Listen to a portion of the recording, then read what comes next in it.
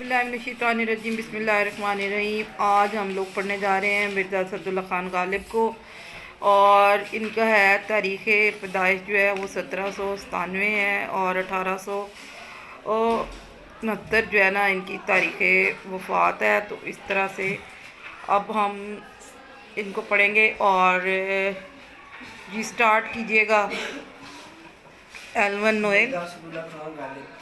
असल नाम असदुल्ला खान और तखल्लुस गालिब था। आप आगरा में पैदा हुए। वालिद का नाम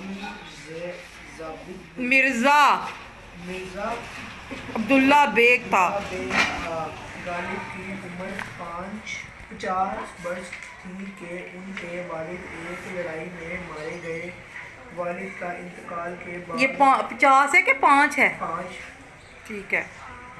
इंतकाल के बाद मिर्ज़ा की परवरिश उनके चचा नसरुल्ला बेग के सर पर सुपुर्द हुई थी, जो अंग्रेज़ी फ़ौज में मुलाजिम थे। वो भी जल्द ही इंतकाल कर गए तो ये अपनी वालिदा के साथ दिल्ली आ गए। बचपन में उन्होंने शेख मौज़म से तालीम पाई। बाद में उन्होंने अब्दुल समद से फ़ारसी में महारत हासिल की। दिल्ली में 13 वर्ष की उम्र में उनकी शादी नवाब इलाही बख्श मसरूफ की बेटी से हुई।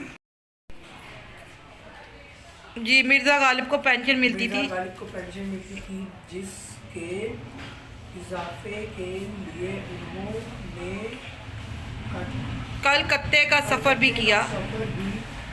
मगर उसमें इजाफा ना हुआ। चनाचा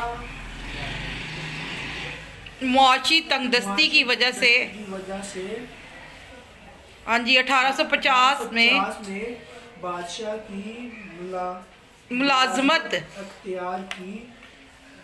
1857 हाँ जी 1857 में जंग आज़ादी की वजह से पेंशन भी बंद हो गई और शाही मुलाजमत भी जाती रही। नवाब यूसुफ अली खान वली राम होजे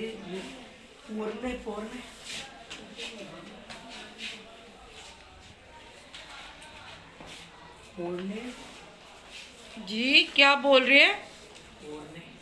कहाँ पे पोरने लिखा हुआ अभी?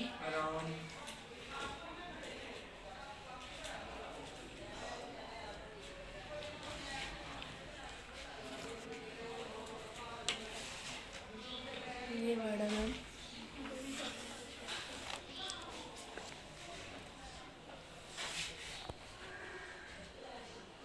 रामपुर ने 100 रुपया माहवार वजीफा मुकर्रर किया,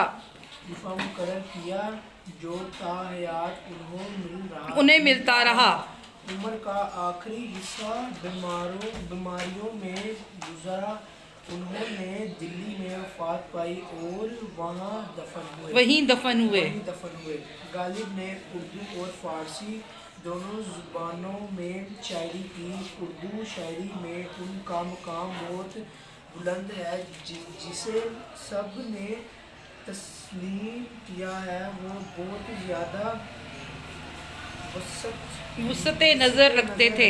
वुसअत नज़र यानी ज़्यादा निगाह रखते थे, दूर तक उनको पता था, वो बहुत ज़्यादा जानते थे।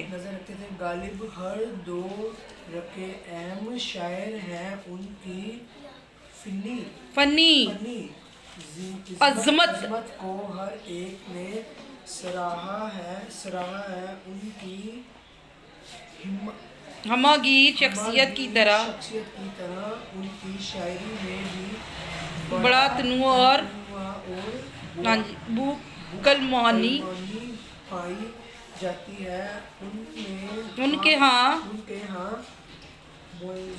मौज़ूआत का एक लामुतनाही, ना ख़त्म होने वाला सिलसिला नज़र आता है। उनकी उर्दू गज़ल मज़ामीन की रंगारंगी, वसत नज़र, नज़र, तख़य्युल की बुलंदी, पहलूदारी, मायनी आफरीनी और नादिर तशबीहात, तो इस्तरारात, नए नए अल्फाजो तराकीब, तंज़ो ज़राफ़त, आफ़ियत और जिद्दत अदा की बदौलत बहुत आला पाए की है। इनकी खसूसियात की बदौलत उन्हें उर्दू शायरों की सफ़े अव्वल में मुमताज़ जगह मिली है। गालिब की अहम तसानीफ़ में दीवान गालिब, उर्दू दीवान फ़ारसी, गुले राना, महर नमरूज़ और दस्त बनो, कात्या बुरहान, लताइफ़ गैबी, कादिरनामा, उद हिंदी और उर्दू मुअल्ला शामिल हैं। ठीक है, आगे आगे इनकी गज़ल जी, सारा पढ़िएगा गज़ल आप, और इससे पहले मकासद तदरीस भी पढ़िएगा। गज़ल तलबा को मिर्ज़ा गालिब की शायराना अज़मत से आगाह करना, तलबा को मिर्ज़ा गालिब के अंदाज़ बयान से मुतारिफ़ कराना। शाबाश। मिर्ज़ा के अहद गालिब के अहद में उर्दू गज़ल के से रोशनास कराना। गालिब के शायराना मौज़ूआत की बू कलमानी को उजागर करना। दिले नादान तुझे हुआ क्या है। हाँ जी, इसकी क्या गज़ल है? दिले नादान तुझे हुआ क्या है। पढ़े पढ़े इस दर्द की दवा क्या है। जी, मैं साथ ही थोड़ी सी तशरीह भी करती जाती हूँ साथ साथ ही। दिले नादान तुझे हुआ क्या है, आखिर इस दर्द की दवा क्या है। शायर जो है वो अपने दिल से मुखातिब है और अपने दिल को क्या कह रहा है कि ऐ मेरे दिल, ऐ मेरे बीमार दिल, तुझे हो क्या गया है, तुझे हुआ क्या है, और ये भी बता तेरे इस दर्द, जो तेरे अंदर दर्द उठ रहा है, इस दर्द की कौन सी दवाई है जो तुझे मिलेगी और तू ठीक होगा। हम हैं मुश्ताक और वो बेजार, ये अहली या इलाही ये माजरा क्या है। इलाही ये हम हैं मुश्ताक और वो बेजार, यानी कि हम तो जो है उसको देख रहे हैं या उसको तलाश कर रहे हैं, लेकिन वो तो हमें ऐसे लग रहा है जैसे बेजार है। और या अल्लाह, ये क्या जो वाक़या पेश आ रहा है, ये जो हो रहा है, ये क्या है। मैं भी मुंह में ज़ुबान रखता हूँ, काश पूछो के मुद्दा क्या है। यानी कि शायर अपने महबूब को गायबाना तौर पे कह रहा है कि मेरे मुंह में भी ज़ुबान है, काश तुम मेरे से पूछो तो सही कि मैं क्या चाहता हूँ या मेरा मसला क्या है। हमको उनसे वफा की है उम्मीद, जो नहीं जानते वफा क्या है। हाँ जी, फिर शायर अपने आप को एकदम से कहता है कि मैं उससे बंदे से वफा की उम्मीद कर रहा हूँ जो जिसको पता ही नहीं वफा होती क्या है। मतलब एकदम से वो शायर ने कहा कि मतलब मैं उस बंदे से आस लगा बैठा हूँ जिसको पता ही नहीं है कुछ भी। ये जी, हाँ भला कर तेरा भला होगा भला होगा और दरवेश की सदा क्या है।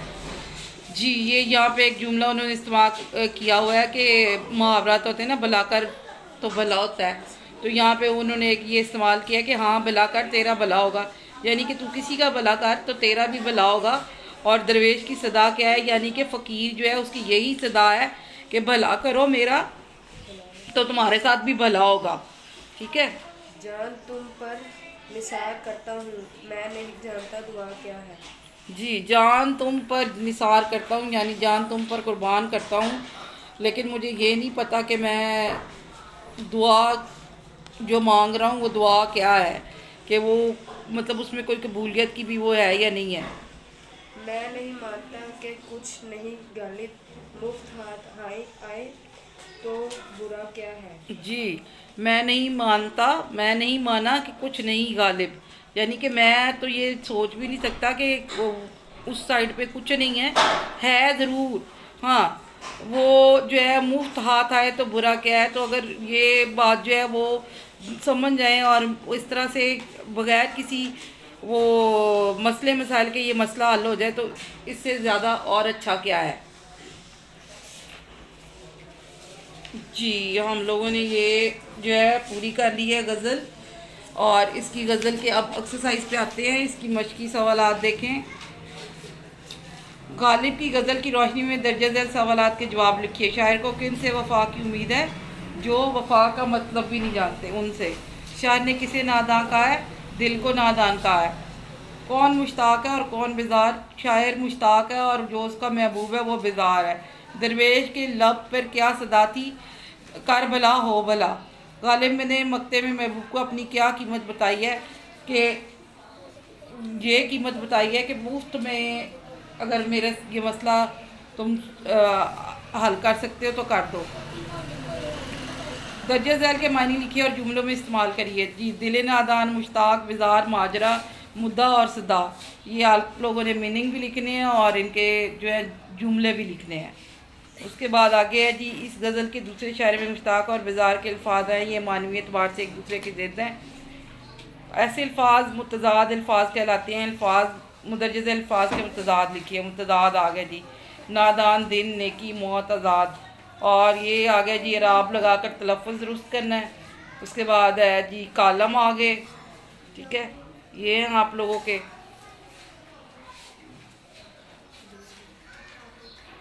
और उसके बाद आगे है जी मतन के मुताबिक दुरुस्त अल्फाज लफ्ज़ की मदद से मिसरे मुकम्मल करें। ये खाली जगह पूरा है, ये आपने ये करनी है। उसके बाद है दर्ज झैल में से मुज़क्कर और मुअन्नस अल्फाज अलग अलग करें। ये दिल, सदा, जान, मुद्दा, दुआ, माजरा, ये इनको अलग अलग करके लिखना है आपने। उसके बाद नेक्स्ट है जी कनाया, और ये इस तरह से इसका काले ने काटा, काला यहाँ सांप का कनाया है। तो मतलब ये इस तरह से उन्होंने डिटेल बताई हुई है, ये इसको भी सॉल्व करना है आप लोगों ने। और ये इधर उनकी कोई ये गज़ल आपने ढूंढ के लिखनी है, और इस जो ये गज़ल है इसको आप लोगों ने याद करना है अच्छे तरीके से। तो ये कंप्लीट हो गया हमारे चैप्टर इसका। तो नेक्स्ट इंशाल्लाह देखते हैं आगे।